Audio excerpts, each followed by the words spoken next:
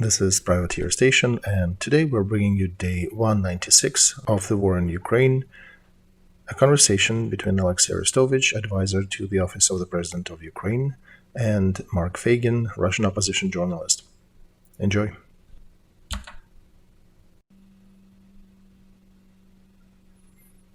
Dear friends, I'm glad to see you all on Feygin Live. It is Wednesday, September 7th, 2 minutes past 10 in Kiev, day 196, with Olexiy Arestovych. Glad to see you, Olexiy. Good evening. You keep changing your backgrounds. The destiny plays with the officer. We have 105,000 people watching us live, 24,000 click the like button. As always, we ask you to please share this stream on your social media. Make sure your friends and other people who need to see that do so. Subscribe to Feigin Live, to Olexiy Arestovych, and if you are watching that in English, subscribe to the Privateer Station. Alright, let's talk about things we did not finish yesterday, and perhaps about some development of that situation. We have the map. Let's start with what we can pronounce now, according to the officially confirmed information, what we can share with our viewers. Here's the map. What can you tell us about Balakleya and what is happening there? Mark, we are not using that word again. Yes, it is somewhat silent on our side, but we can discuss what Russian observers are talking about. Okay, let's go from that angle. Oh, they're making interesting posts. They're lying about a lot of things, I think, but they're saying that Ukraine troops surrounded Balakleya, cut the road to Kupiansk. Very severe fighting. Ukrainian troops are almost moving towards Shevchenko. They are describing it as a horrible butthurt, that their troops are almost gone, but they're making posts. Please hold. We can neither confirm nor deny, but we are observing their posts with a lot of interest. So, are they writing that Balakleya is taken by Ukraine? No, they're posting that they're still holding Balakleya, but communication with these guys for somehow is gone.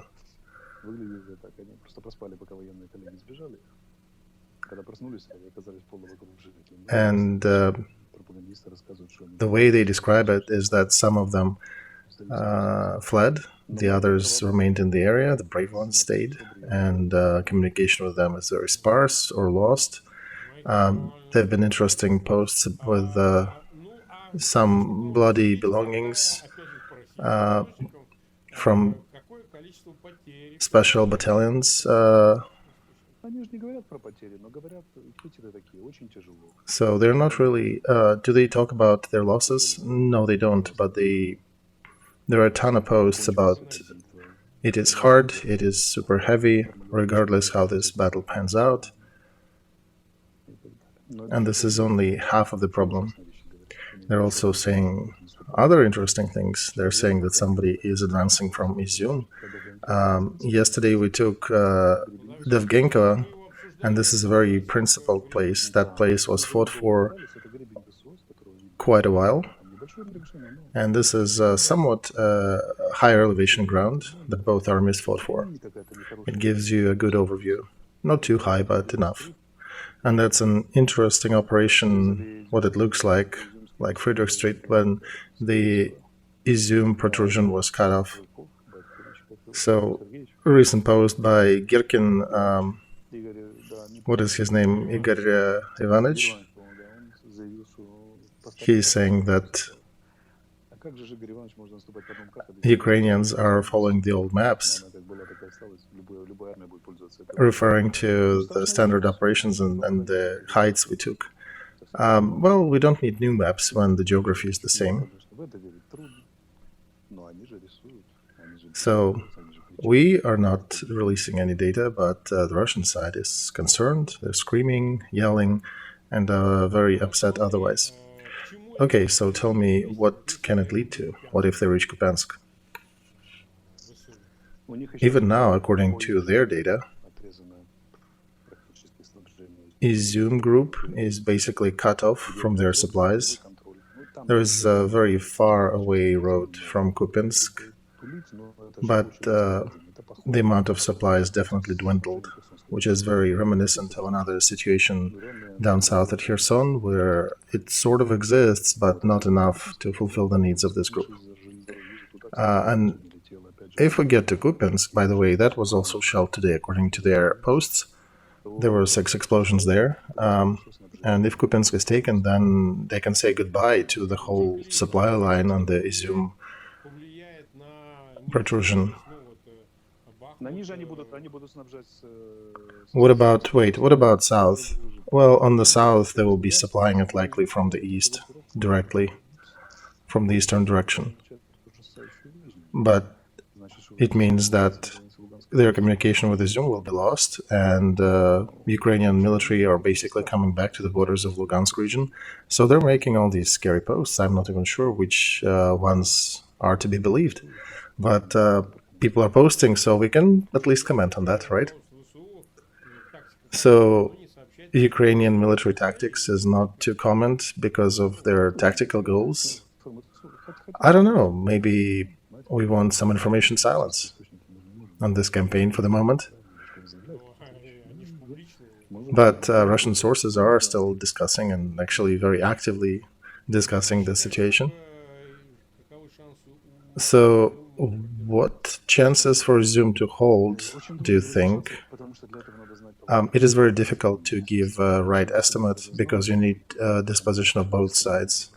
And again, even if I knew everything we had on our side in that theater, I would probably stay quiet to not do any harm. But Russian publics are screaming about the risk. What can that situation lead to? Well, in the ideal situation, it might lead to a kettle, as they call cauldron, as they call it in Russian side. Could be about up to 20,000 in it, from 10 to 20, depending. But even the small cauldron is good enough. Perhaps the command of the group, with only high officers. We already saw captured Lieutenant Colonel. Some unnamed Ukrainian heroes captured him and his aide. By the way, did you see the other people who were captured? They were wearing the uniform from almost 1945. Old-style helmets, old-style uniform. Many of them are very elderly. So it seems like crazy Putin's regime is throwing everybody they can find. So one can prognosticate different outcomes here. It's probably not the right time to do big-scale predictions, but it is definitely a difficult time for them because all their military correspondents, some of their propagandists changed their tune. Oh, we saw, so you posted some of them in your Twitter account. You've been laughing and commenting on them. Yeah, I'm trying to be more respectful, but this day, yeah, I probably spoke a little too much. What about south? The only area where they're active is near Bakhmut, but they're not successful, and they'll never be. Because Russian command is also known for being slow to react. They have very severe changes in their war theater, and yet they're still continuing previous orders. But people are trying because new plans from Moscow have not arrived yet. And they just do not improvise. It is not customary to do that. So they're fulfilling an earlier given order.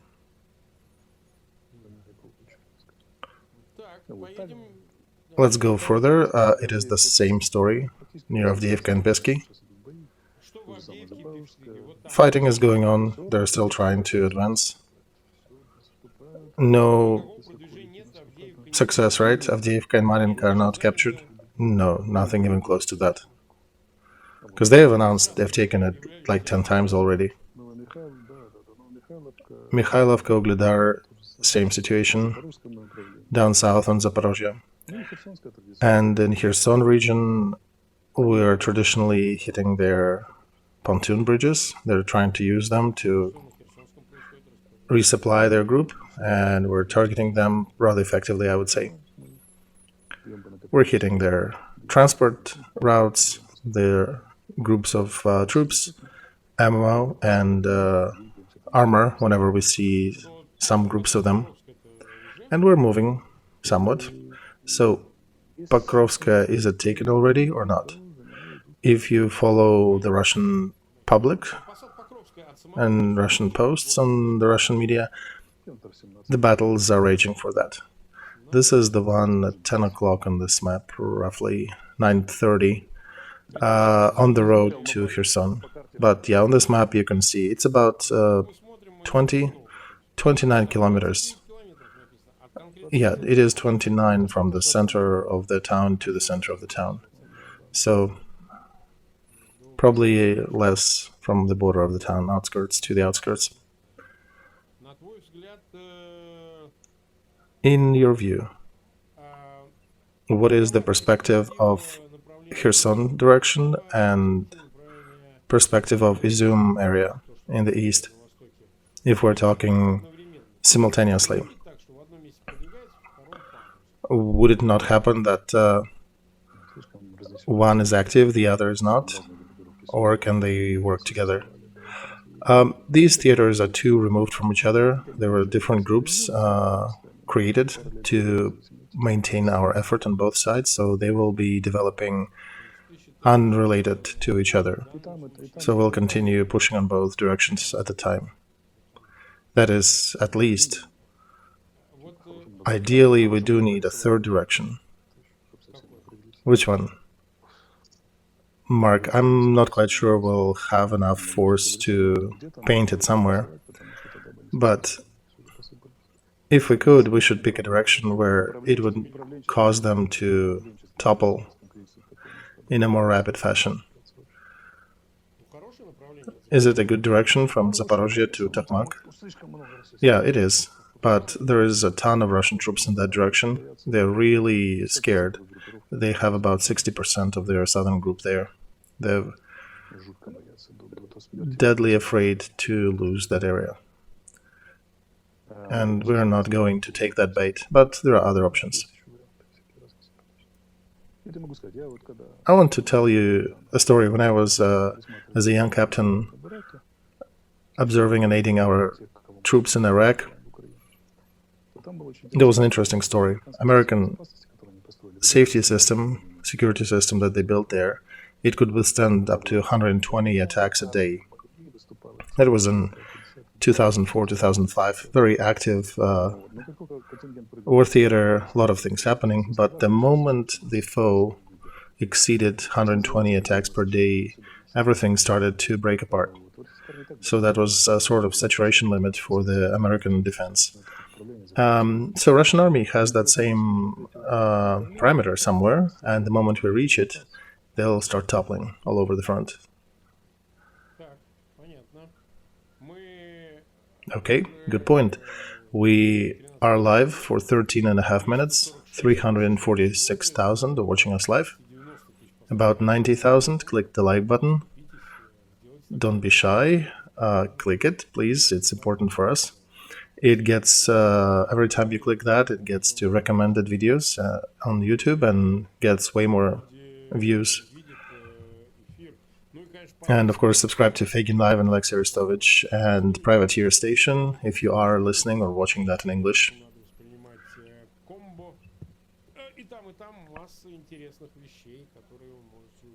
Alright, we covered that. Let's talk about referendums. Perspectives of so-called referendums on the occupied territories. Did it become more remote, given that today is, 7th of September, 8th tomorrow? In Russia, they announced initially them to be on the 11th. I mean, it's Russia, they can say that, oh, we held them on the 6th. Haha. But even with what's going on, what's your estimate on that? But even Pushilin, Donetsk fake republic leader, stated that this is just a matter of time for that republic to join Russia. Well, it's interesting. Yeah, they posted today and they said that they are pushing it further out, that the next date, target date is 4th of November. So, what do you think is going to happen with it? I don't know. That's why I'm asking you. I don't see them doing any referendum there. I don't see any advantage for holding that besides getting more sanctions as a result. On the, I don't know, do referendum for the Russian side, for the internals, on the background of what's going on in Kherson and in Kharkiv region, that is not enough. That will not change the weather. And if they do it, they're probably risking us getting more weapons in a more rapid fashion, or maybe getting more countries in the anti-Putin coalition. We'll see how many of them will be in Ramstein tomorrow. And Ramstein, do they gather by countries? Oh yeah, ministers of defense from different countries. Last time there were 54, by the way. One country more than anti-Hitler coalition by the end of the Second World War. So we'll see. I don't see any reasonable results for such referendum to be held, even for Russian internal agenda. So as a result, we have some rhetoric, but most likely this is just to provide some pressure. Yesterday, Nismian or somebody else published that 20 administration officials who traded and changed sides and went to serve Russia are already dead in one way or another. So this is definitely not a motivational thing. And also there was more news about those who tried to flee to Russia. They were actually captured and returned back to those territories. And, things happen to their vehicles, things happen to their homes. So I'm not even sure who will agree to take leadership in these occupied territories now after all these events. And yeah, I don't think it strategically brings them any advantage to implement any of such referendum. Have you seen, by the way, the video from their military exercise? I think, or somewhere military conference, somewhere in the east. It was an interesting video. Oh, you're talking about reception. No, reception Putin had with his generals that was aired. Yeah. So you see, Putin is there. His generals are coming. One of them is trying to be liked, and Putin demonstrating neglect and not even looking at him, looking one side or another. So the guy is trying to try to be liked, trying to say even his tone of voice is different. And then Shoigu comes later, who is late for the meeting, which is bureaucratically big no. And then he tries to look proper, stand straight, and respond sharp. Well, you realize that's a protocol video, right? Yeah, but even for the protocol video, this does translate a very sad situation. You can look at their faces, and all three faces have a defeat written all over them. They basically started a thing that they don't know how to cope with and how to finish. So if that's what their protocol video looks like, you can imagine what it looks like without the correspondence there. You can see that Shoigu, their head of command, and Gerasimov, the other one, they just look scared. Yeah, Gerasimov actually looks more drunk. But yeah, you can notice that they're somewhat scared. Shoigu is still trying to look proper and pretends. That's what I see. But maybe I'm wrong. God knows, I could be wrong. Also, they have that political figure, Turchak, who said that it would be smart to do a referendum on the 4th of November on the newly acquired territories. Yeah, what I said, 4th of November.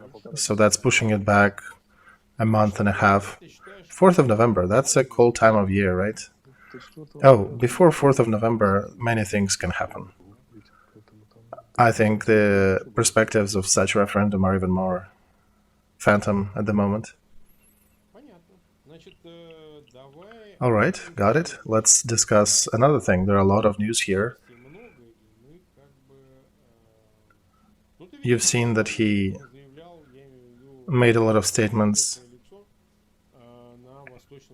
on the Eastern Economic Forum, where God knows which countries were there. It's like a second version of African allies, only in Asia. So we'll be soft on him. It was a very modest statement. He said that he was laughing at Liz Truss elections and forming British leadership. Everybody laughed back at him, but I do want to give you a microphone about that. Mark, I think his personality is deteriorating. It's real bad there.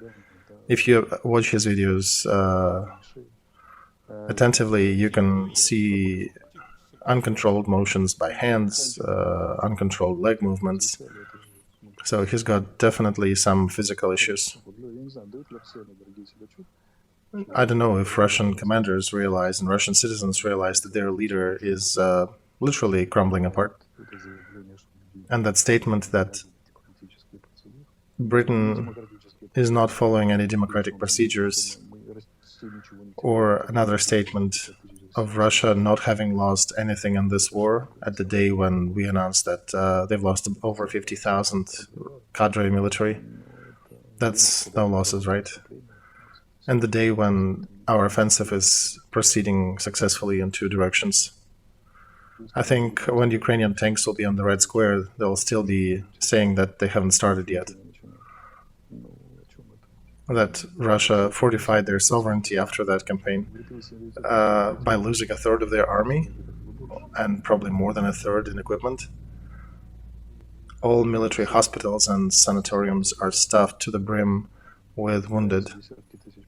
Tens of thousands are still decaying in fields and forests of Ukraine. I wonder if Russians, how are they taking that, where their sons, fathers, apparently grandfathers as well, are dying there en masse. Yeah, to God with him. Let's address another matter. Zaluzhny wrote a text, the leader of Ukrainian military, Zaluzhny and Zabrodsky. Did Zabrodsky write it? Both, Zaluzhny and Zabrodsky. So, we want to discuss Zaluzhny angle of that. He wrote that the war may continue to 2023, and offensive towards Kiev cannot be excluded as a possibility. I did not follow through in its entirety, but what can you comment on that? Well, it's military. Military are drawing the worst version that can happen. Do they always draw the worst? Yes, that's a norm. Because if you prepare for the worst, you're automatically ready for anything lighter. So this is a scenario vision of possible ways this conflict can unfold. If Russia, for example, does mobilize in its entirety and can threaten Kiev again. The possibility for that is low, but he as a leader thinks we should be ready for that scenario. Then it would automatically mean that we're ready for any other outcome and any other eventuality unfolding, especially on the verge of the meeting in Ramstein. That's the target audience. He's also making a statement that it is difficult to fight with a foe who can reach us from 2,000 miles, and our range is only 100. So he's using another term there, but it's called a balance of fear. We need to have something to balance that. When Russian army will understand that they cannot hide behind the range of their military arm, that will reach them in Crimea and further out. And he also said that the center of attraction for the Russian attention is Crimea, and that is graduating into becoming one of the major targets.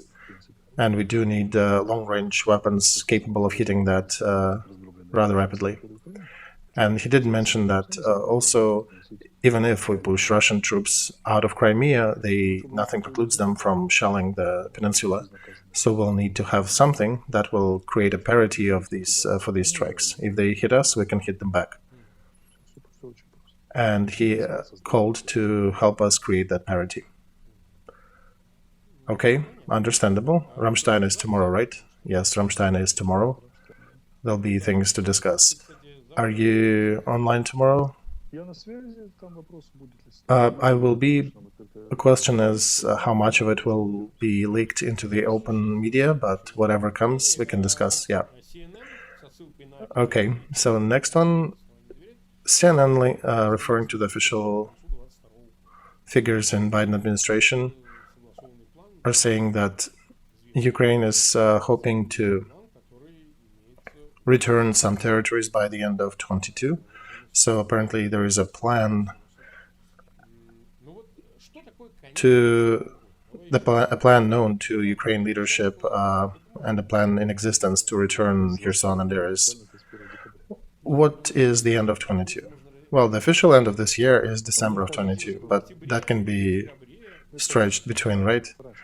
I'm thinking everything will happen way earlier than 31st of December. In my opinion, that dripping supply routes for 25 battalion tactical groups that are there, that will not end well for the ones needing it. But how can you reinstate that supply when HIMARS is falling on your head immediately? Interesting. Zelensky made another statement. He's saying it's not time yet to name our towns and villages where Ukrainian flag is returned to. He acknowledged successes in Kharkiv region. Yeah, generally, as a blanket statement, he did say about Kharkiv.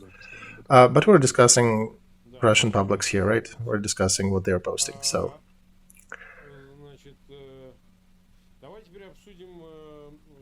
Let's also touch upon the price corridor for Russian oil and gas. And countries of Europe are still discussing that, although there is a pause in the media, and Putin keeps making statements. Again, we're not economists and experts in energy sources, but overall, that did affect the situation. Oil at $90 per barrel. Putin reacted to that in the latest forum, and he's saying they will not let that happen. This is unacceptable, but no, I don't know how he will do that. Yeah, nobody understands how he will preclude that from happening, and if he has that precluding appendage grown long enough to preclude. So will he force the West to buy it at a high price? Yeah, I understand he cannot really do that, but he has no levers. But in reality, even on that economic forum, he had to acknowledge at least something, at least 12% inflation in Russia. He named this number himself. Probably by the end of the year it will be higher, but that's the number that he came with. Probably real picture is worse, but there is still some time left to the end of the year, so they are not releasing any final data yet for 22. So in the situation as it exists now, do you think any other additional sanctions being prepared by Yermak Makfol? It was related to holidays, right? We discussed. Yes, they were holidays. How rapid do you think that commission will continue working? Any outcomes, any additional steps that they'll make?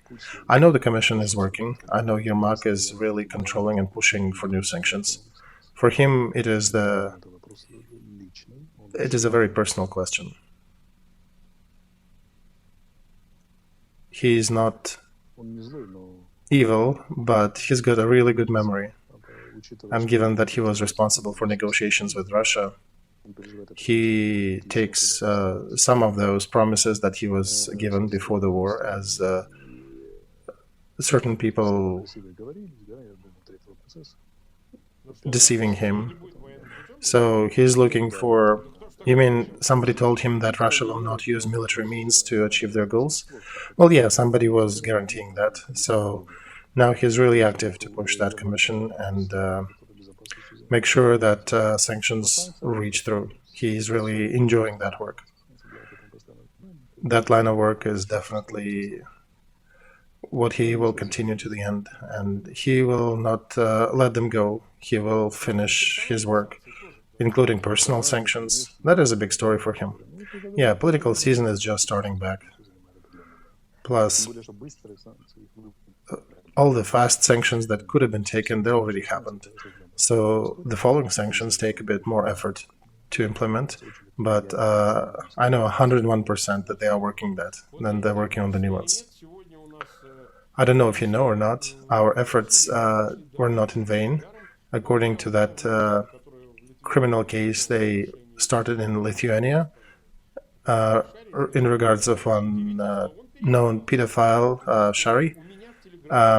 He changed his position. You can follow me in Twitter or on Feigin Live. There is an audio from that court where he calls Putin a criminal and he calls war with Ukraine an aggression. I don't know what will happen out of it. If the second criminal charge will be in regards to pedophilia, perhaps he will take a more Western or pro-Western position, change his name to Zelensky or call his son Yermak. Yeah, flexibility is a definite feature of that personage. Do you think his Kremlin operators will allow him to be back and to get more money after these statements? So I hope he gets to some of these lists, these sanctions lists. I'm reading messages from chat and my official request to add him to these lists.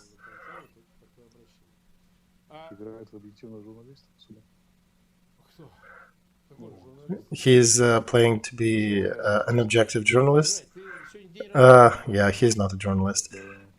Is it an Intel Day of Ukraine? A day of Intel officers? Yeah, it is. Do you know he said that he actually graduated from the tank school? Yeah, we had Shari there, but it was a different one. He was 1 year older, and that was not that figure. Oh, you mean he lied again? Yeah, he was a tank intel. His tank intel, that's a very strong intel. So yeah, he's probably celebrating that too. We have 400,000+ watching us live. About 100,000 click the like button. Your mic kind of sucks today, so we hope you have a better connection tomorrow. Everybody is complaining here about your mic, but that's your destiny probably. He is walking the streets with a bad mic. Well, I'm in the fields, Mark, so... Okay, so we transferred money to another recipient. Gerashenko published another story, pretty horrible one, from Chaplina. Remember when they hit the train station? There was Nastya Priganets. She was 17. She's 17. Her 19-year-old brother is with her in Austria. She got pretty severe burns, and she's undergoing treatment in Austria. Parents died during the attack. They're young adults, basically 17 and 19, but we're trying to help them a little. If you go to Pravda Gerashenko channel, you can see some pictures. That lady with sunglasses, that's the one. So yeah, now she's recovering her health in Austria. Our merch project continues, so if you want to partake in that, buy a t-shirt, a mug,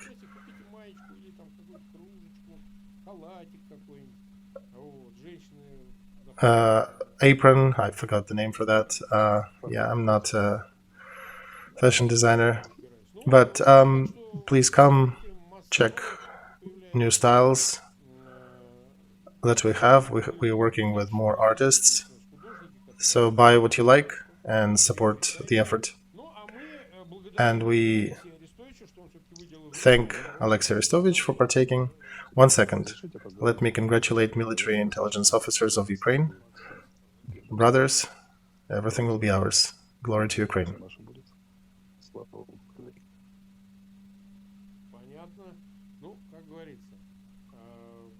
All right. Good congratulations, and we'll see you tomorrow at 10 p.m. and we'll continue the topics and discuss the new ones. Goodbye, everybody. Goodbye, Olexiy. Good luck.